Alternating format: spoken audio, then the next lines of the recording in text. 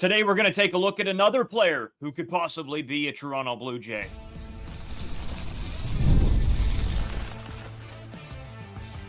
You are Locked On Blue Jays, your daily Toronto Blue Jays podcast. Part of the Locked On Podcast Network, your team every day. Welcome back to Locked On Blue Jays. Thank you for making Locked On Blue Jays your first listen every day. We are free and available wherever you get your podcasts and on YouTube. Part of the Locked On Podcast Network, your team every day. You can start the season with a big return on FanDuel. New customers can place a $5 bet, and you'll get started with $150 in bonus bets if your first $5 bet wins. Visit FanDuel.com to get started. As always, I'm Braden Iwasco. He's Carter First. You can find us on Twitter, Braden5Iwasco. Carter First, too, as well on Instagram and TikTok, at Locked On Blue Jays. As we always say, drop the subscription if you're new here to YouTube, or if you're listening anywhere else, make sure you head over to the YouTube page. You drop a subscription there. That'll keep you up to date with videos, podcasts, shorts, live streams, whatever there is. It's sort of the hub. So make sure you go and subscribe. It is free to do so. You might as well. You guys have been killing it as of late. Keep that rolling through the off season here. And as well, we have a Discord link in the description where you guys can go and talk Blue Jays with us sort of whenever. I guess in saying that, we got a lot to get into. This week is going to be insane. First of all, we got to talk about Willy Adames. Will he be a Toronto Blue Jay? Is it a possibility? What's the contract looking like? What would be the situation in which he might be a Toronto Blue Jay? Of course, we're going to talk a little bit about Movember as well, as the month has come to an end. Go into that a little bit more in the third segment. But giving you guys a sort of a quick look at what this week is going to look like. Our projections are that it's going to be the Soto week here. If it's not this week, it'll be on the weekend, maybe early next week, but there's going to be a lot that comes out of this, I'm guessing, in the next week or week and a half here. So make sure you guys stay tuned on this page to see what happens with him. And that leads us into a ton of other topics. What do the Blue Jays do if Soto doesn't end up coming here, which is a high possibility? We'll have to get into all that this week starting off. But Carter, let's kick things off. Start talking about the man of the hour, Willy Adames. Another free agent profile for the Toronto Blue Jays. Obviously, Juan Soto is the priority, but if it's not Juan Soto, there are a lot of other really good free agents on the market, and one of them is Willy Adames. So the first thing, when you look at Willy Adames, you think, why would the Toronto Blue Jays want to get a guy like Willy Adames? He's a shortstop. They already have Bo Bichette. That doesn't really make a lot of sense, but he has said that he is willing to move to third base, and there is a lot of teams interested in Willy Adames playing third base. He is an above-average fielder at shortstop, so making that transition to shortstop to third base is a lot easier than third base to shortstop, because you don't have to cover as much field. The range isn't as big of a factor. Again, you got to worry with the arm strength a little bit, but Willy Adames does have a pretty good arm, so that will translate very well from shortstop to third base. And then just sort of getting into his stats. His slash line was 251 with a 331 OBP, a 462 slugging with an OPS of 793. He had 32 home runs, which was the highest of his career, 112 RBIs, 33 doubles, and 21 stolen bases, which is a nice thing that we've kind of talked about on the podcast. Toronto Blue Jays have a bunch of guys that can steal bases. They just don't do it very often. Willy Adames is a little bit of that sneakier guy, can steal you 15 to 20 bags again, I think, for the upcoming season. So it's going to be a weird one for the fit, though, because, again, you could have Willy Adames playing third base. You could move him to second base. I don't like that as much. Or you could have Bo Bichette moving around as well.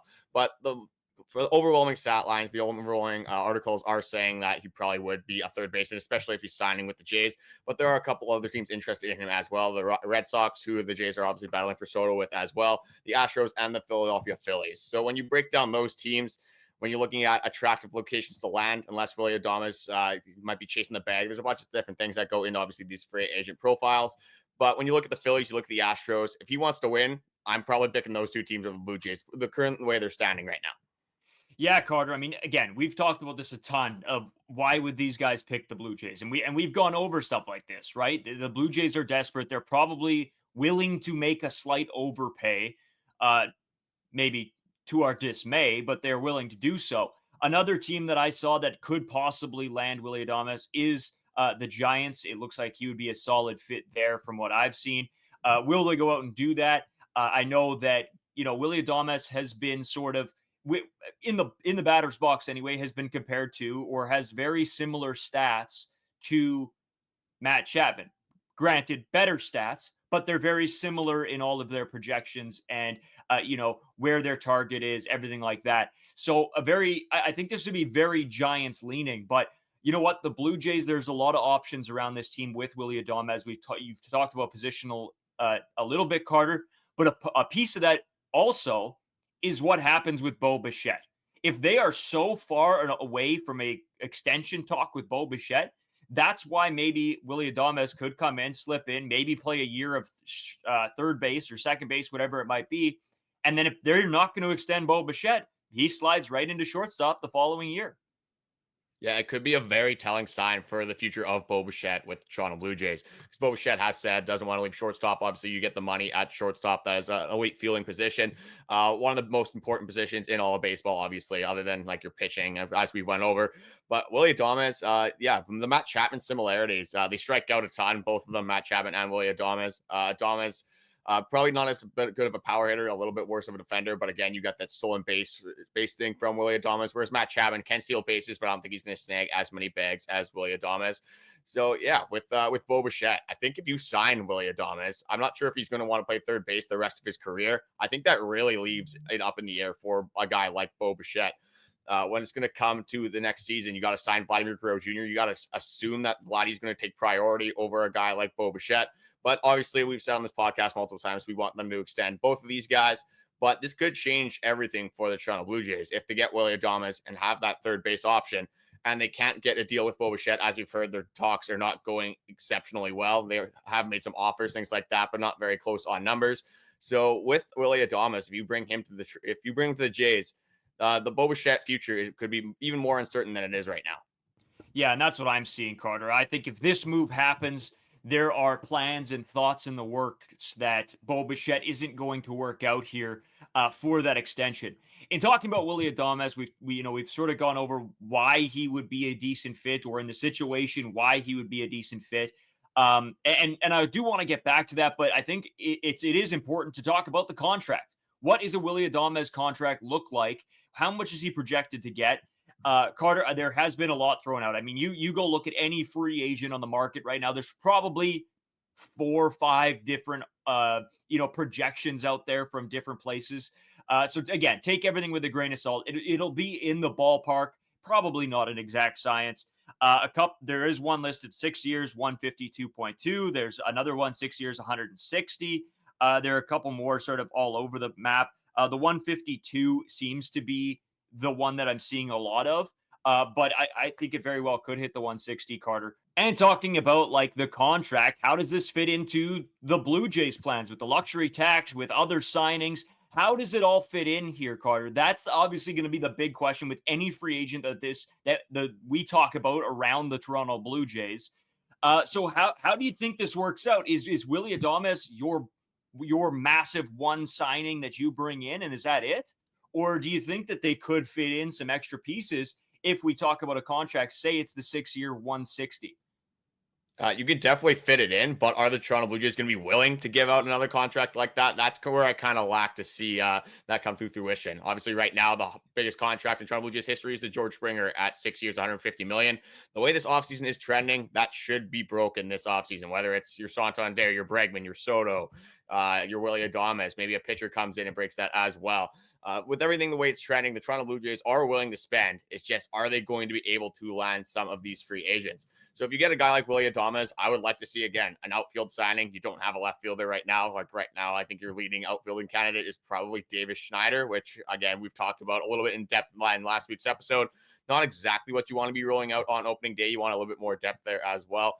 There are some left fielders that are available. The biggest one, other than Soto, is Santander that we've talked about on this podcast. But there's a bunch more that you could go and pay between 5, 10, 15 million on the lower end of things and still have a productive fielder, still have a productive guy at the plate. But if you go a Willy Adames route, I think that would be your big signing of the offseason. That's probably the biggest one the Toronto Blue Jays do have, because Willy Adames is no slouch. He has 6 consecutive years of 4 consecutive seasons of 20 home runs, but 6 20-plus home run seasons in his career. Obviously, when we talk about power hitting on the Jays, Vladdy was the only one to hit above 20 home runs. Didn't have another 20-plus home run hitter. So Willy Adames, you have that power bat. He will be consistent. He will have at least 20 home runs. Will it be 32? Probably not. The only issue is that he will have a little bit of that Matt Chapman effect, where he might come up in a situation and strike out and kind of doesn't have the greatest eye of all time. and just strikes out at a ridiculous rate.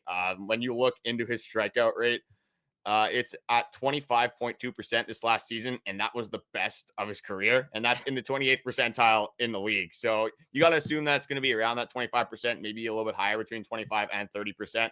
Not exactly what you're looking for, but when you have a slugger, a guy that can hit as well as Willy Adames, I think with the strikeouts, you're going to have to take that. Yeah, Carter. And you know what? I sort of did a deep dive into all of Willy Adames' stats and, you know, how he ranks up in the MLB. And it's sort of all over the place. It's almost completely different year to year, which is something that really surprises me. Like, I look back over last season, Carter, his barrel percentage was in the 81st percentile. Like, a lot of these statistics are within that 75 to 83, 84 percentile. And like his hard hits at only a 52. His sweet spot is 84. His bat speeds is 77. His squared up percentage is only in the 12th percentile. There's a lot of things here with Willy Adames that don't make a lot of sense to me, I think, when I look at his statistics. And that scares me a little bit because I look back over the past few years and some of the stats this year that were really good were bad last year. And then I look back another year and they were similar to this year. And then another year, they're back like they would have been 2 years ago. It's just all over the place. And I feel like he's consistently inconsistent almost. His statistics end up coming out fairly the same. But at the end of the day, all of the deep analytics are different year to year, which don't make a ton of sense to me.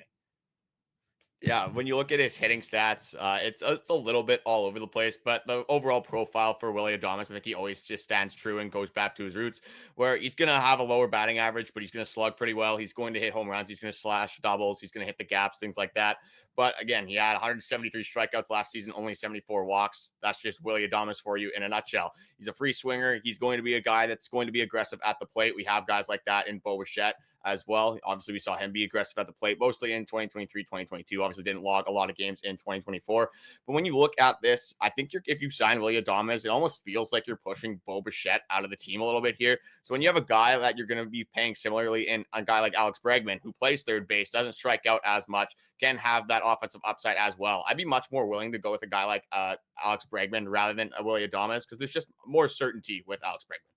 Yeah, I don't hate that at all. And you know what? I want to talk more about sort of the different options in the comparison, how the fit is, and sort of everything in general. We got to take a quick break. We'll be right back, and then we'll get into all of that. Today's episode brought to you by FanDuel. Get ready to tackle the NFL action with FanDuel, America's #1 sports book, because right now new customers can bet $5, get $150 in bonus bets if you win. The FanDuel Sportsbook app gives you everything you need to place live bets on the NFL all in one place. So when you get a hunch in the middle of a game, you can check out the latest stats, view live play-by-play, and so much more on the same page where you place your bets. I'm telling you guys, I did this all weekend because I ended up watching a ton of football and a ton of NHL, and the bets were flowing. We had all the guys together. Everybody sort of made the same one so we could ride together. And then there was a couple of us that were, you know, middle of the game. We would switch up our bets. We'd throw something on here because, oh, this guy looks like he's doing well.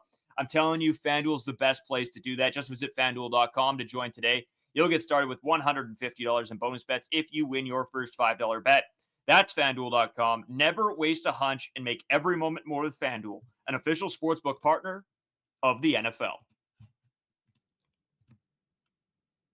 So, Carter, we talked a little bit about Willy Adames and his fit and the Bo Bichette situation, sort of everything.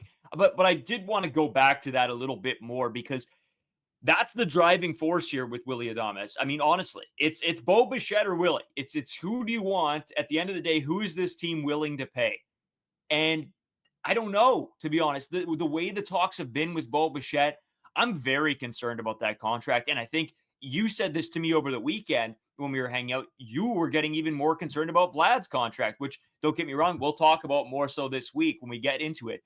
But I think the more and more I see things come out on Willy Adames, I could totally see the Blue Jays doing this sort of in a surprise move. And then I think it will leave the question in all of our heads was this a great addition? Because it's just a swap. It really is just a swap. And is it a better swap? I don't know. I don't honestly know. With the strikeout rate compared to how Bo Bichette led the league in hits for so many seasons, now I'm questioning, is this the right play? Because I don't think that they keep both of them. And so when we talked about, pairing guys with Vlad and Bo and surrounding them with more pieces, well, now we're back to this. We'd be back to the same situation we would have been, just instead of Bo Bichette, it's Willy Adames. So that's not really moving the needle for me a whole lot. Yeah, they are similar in production over the last couple of seasons, but I think Bo Bichette has a higher floor and also higher upside. With Willy Adames, you get better defense, obviously, but with Bo Bichette, you get a more consistent hitter. You get a guy that can use the entire field. You get a guy that I think has better bat-to-ball skills as well. Willy Adames might have him a little bit on the power front, but again, when you look at Willy Adames, he's had one season of 30-plus home runs, whereas Bo Bichette, I could see him being in that 20 to 30 home run range. It's just going to come down to the numbers, like we kind of said. Like, when you look at the contracts, if you pay Willy Adames, it's going to be around $25 million plus a year. And you still have a guy like Kevin Gausman on the books. You still have Jose Berrios. You're going to have George Springer for another couple seasons. If you want to sign Vladdy, you want to sign Bo again. Like, you're going to have to sign a guy like Alejandro, Kirk, Daulton, Varsho. Some of these guys are coming up for their contracts as well. So if you pay Willy Adames, you're going to have to let somebody else walk. And is that going to be Bo Bichette? I think Vladdy's kind of in his own situation here. But when guys like Alejandro Kirk, are you going to move on from him? You don't really have catchers in the system. If Alejandro Kirk is moved on from, you have Tyler Heineman right now. Like, again, you're not going to be relying on Tyler Heineman for the future. But there's going to be some contract concerns for the Toronto Blue Jays coming up, especially when you just look at the history. We've been harping on the Ross Atkins, what he has done traditionally, and it hasn't really changed on the Mark Shapiro and Ross Atkins era. They have very similar off seasons all the time, not really making any major signings. Again, they're in on Juan Soto, they're in on Shohei Ohtani. We're hearing all this kind of stuff. But until it actually comes through fruition with a Bo Bichette signing, with a Willy Adames signing, any sort of big signing, whether it's Vladdy, whether it's Santander, all the guys that we've talked about on this podcast, we got to see something change for the Toronto Blue Jays, and we got to see that they actually are willing to give out these big contracts. Yeah, Carter, you know what? I actually I went on to the 680 CJOB morning show this weekend to talk some Blue Jays with Tyson Rewicki. And, it was a lot of the same question when it comes to Blue Jays free agency. And it's stuff that we hear all the time.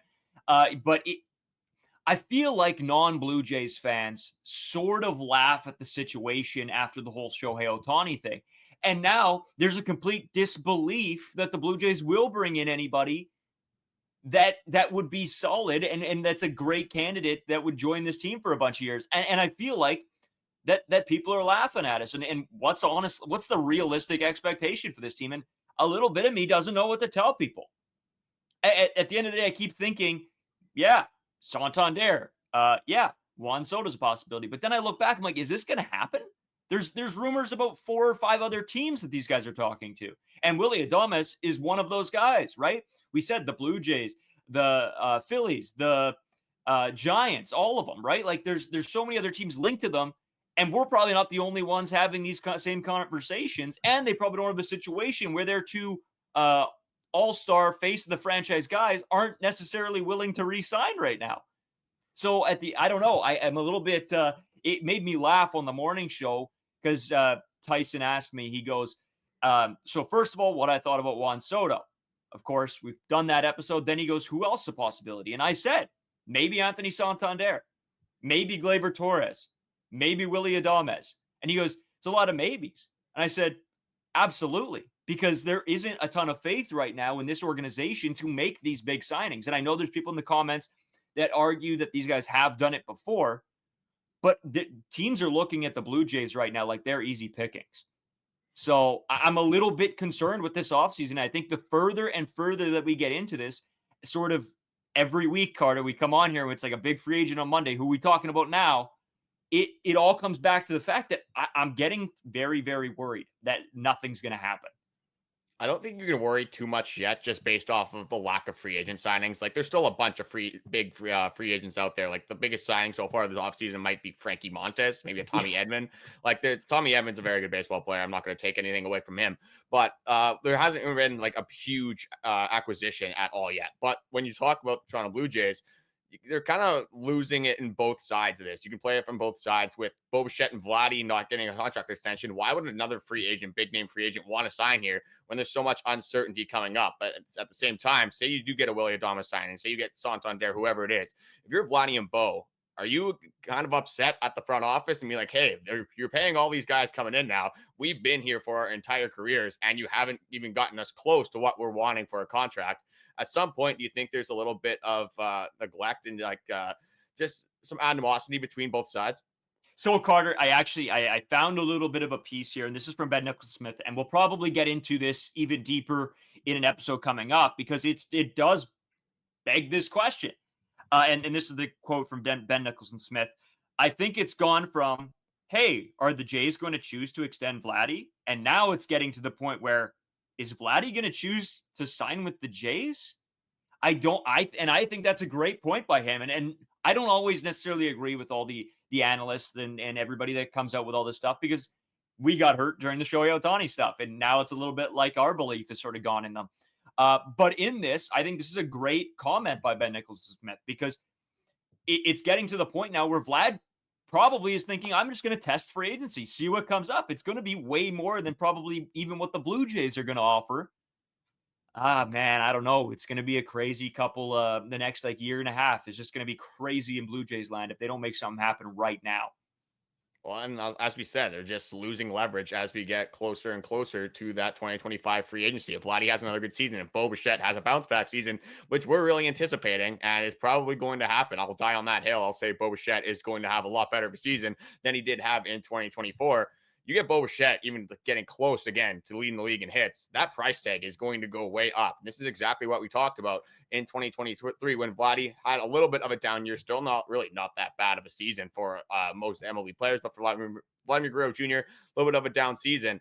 You get these bounce back seasons, and again, you're going to have to pay people in this free agency if you want to compete. Ross Sackett has said so many different times that he is trying to compete for this 2025 season.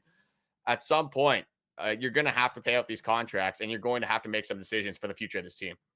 Yeah, man. You know what? And I know what you said. Don't worry. It's early yet. And it is. It really is. And I think it might be different because we cover this team every day and we're keeping up on every little piece of information that comes out.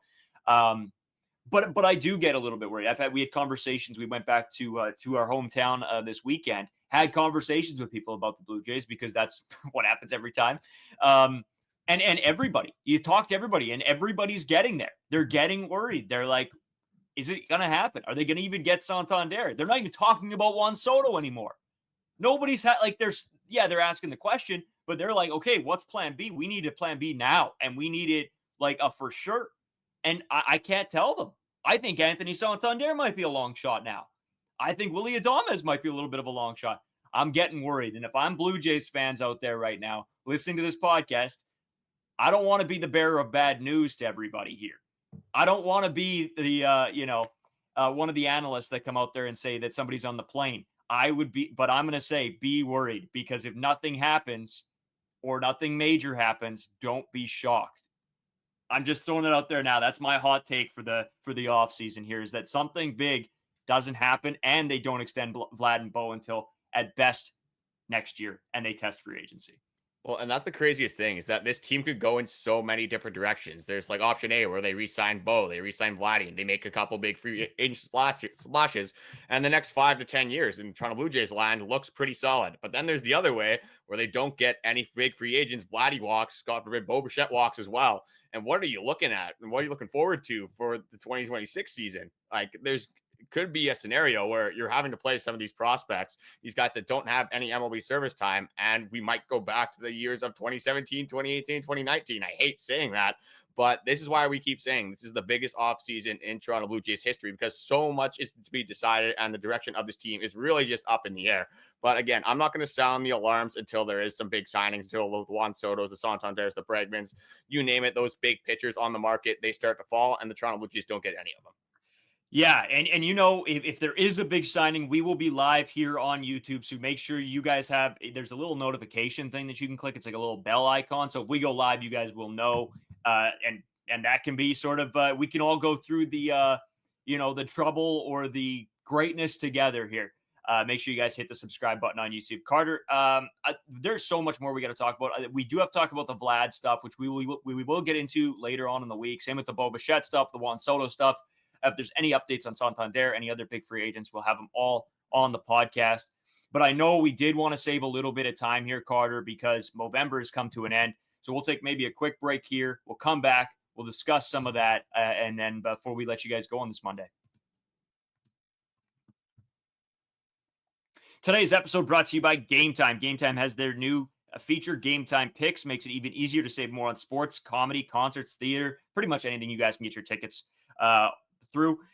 They have their all-in pricing. Toggling this feature shows the total upfront with no surprise fees at the checkout. One of my favorite things, because I hate going to the checkout and there's an extra $20, $30, $40 tacked on top of what I was going to spend and what I was expecting to spend. You make the plans. You think, okay, tickets going to be this much. And then there are a bunch more. Not on Game Time. They also have their seat views where you get a panoramic view of your seat in the app before you buy, and the lowest price guaranteed, or Game Time will credit you 110% of the difference. Take the guesswork out of buying tickets with Game Time. Download the Game Time app, create an account, and use code LOCKEDONMLB for $20 off your first purchase. Terms apply. Again, create an account, redeem code LOCKEDONMLB for $20 off. Download Game Time today. What time is it? Game Time. So, Carter, it is the end of Movember. The end of November, where everybody was donating, growing the mustaches or facial hair. And, man, people really knocked it out of the park for us here. We got a couple big donations. It was fantastic. You guys did great. And, we'll try to do more of this stuff sort of as, as the podcast grows and as the community grows here on Locked On Blue Jays. We really appreciate everything you guys have done over the past couple weeks. You guys have just absolutely killed the likes, the comments, the subscriptions, the donations to the Movember page. It really is nice to see, Carter, that, you have a bunch of people that have one common interest, but then, can also give and relate and understand the situations of, going on in each other's lives too. It's really good to see. No, it's just bringing people together, raising awareness for a very good cause. So something that just isn't talked about at all, really, in our society. Men's mental health is kind of thrown to the wayside a lot of times, and it's just kind of like, hey, man up. Like, you don't need to get all emotional. You're a man. You shouldn't be doing that. But that's not the way we should be thinking. And as a society, we're starting to transition into a better way of thinking, and people are getting the help they need, and lives are being saved every single day.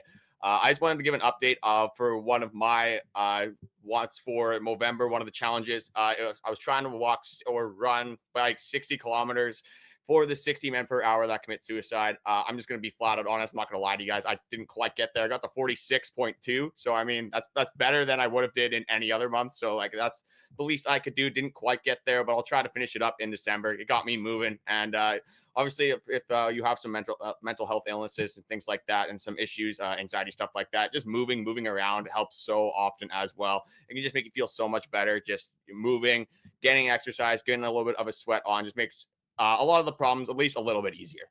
Yeah, we've had those conversations too of where, even on, some days it's like, oh, you're inside, the weather's not great out. And you sort of, even like me and you sort of start feeling like, just feel stuck inside. You feel like in a little bit of a rut. And just the amount of times, like if you even just go outside, get some fresh air, go to the gym, go for a run, even a walk, something like that. The amount that can do for you, get out in the sun. It really is a bunch, and good for you, honestly, getting in 46. That's still crazy because me and you aren't the biggest runners of all time. So that is fantastic. We, of course, grown up the facial hair. We did a big thing on CJOB as well for Movember. We've had a lot of conversations with a lot of really interesting people on men's mental health, different ways you can support. I had a really good conversation a couple weeks ago, just talking about the fact that, it's not talked about a ton. And what are some of the ways that, we can help as friends or family members of somebody dealing with this? And so I'd really suggest for you guys to take, 5 minutes out of your day, look up some things, read some stuff, figure out how to be a good support system, because that's a big component in all of this too. If you see a family member or friend struggling, it's most of the time they're not going to reach out to you for the help. It becomes a little bit on you to, try to get out there and make a difference. So make sure you guys do that if you have, 5-10 minutes. We just wanted to bring some light to this because it's something, that is a growing problem here. And I think that, this is the only way to really, get the conversation started. So. Yeah, and just reaching out, it's not going to hurt. Obviously, people aren't going to be upset that you're checking in on them. It's you never know what people are going through, and a lot of people don't talk about what is going on inside their head. So yeah, any sort of check in, any sort of just reminding the people that you love them, that you're thinking of them, things like that. Sometimes that can change an entire person's life. But I just want to say thank you guys for watching, likes, comments, everything recently has been very much appreciated. We're slowly coming up to our 1 year anniversary of Locked On. We're getting closer and closer to starting in January. Obviously, it's our first December episode coming out. So the 1 year anniversary is coming up. Can't believe we've been talking about Blue Jays for almost a year now. Yeah, I know. It's sort of crazy. We look back and I remember what we thought when we decided to start doing this. We thought 5 days a week. How in the world are we going to cover this team 5 days a week? And then it's like, oh yeah, information comes out almost too much to keep up with as is. So it's been an absolute blast talking about the Blue Jays, being around this team, learning more about baseball, communicating some of these feelings with you guys. Having the comments come in, it makes your day a little bit better when you see other people that are sort of having the same thoughts and feelings as you are, especially on the team that you love. So as always, as Carter always says, we appreciate you guys for watching, subscribing, liking, commenting, especially. And yeah, this is a great way to kick off December and to kick off this week. So tune into the rest of the episodes this week because it is going to be a very, very crazy next week and a half. Make sure you guys stay tuned in. Drop the subscribe button. Appreciate it.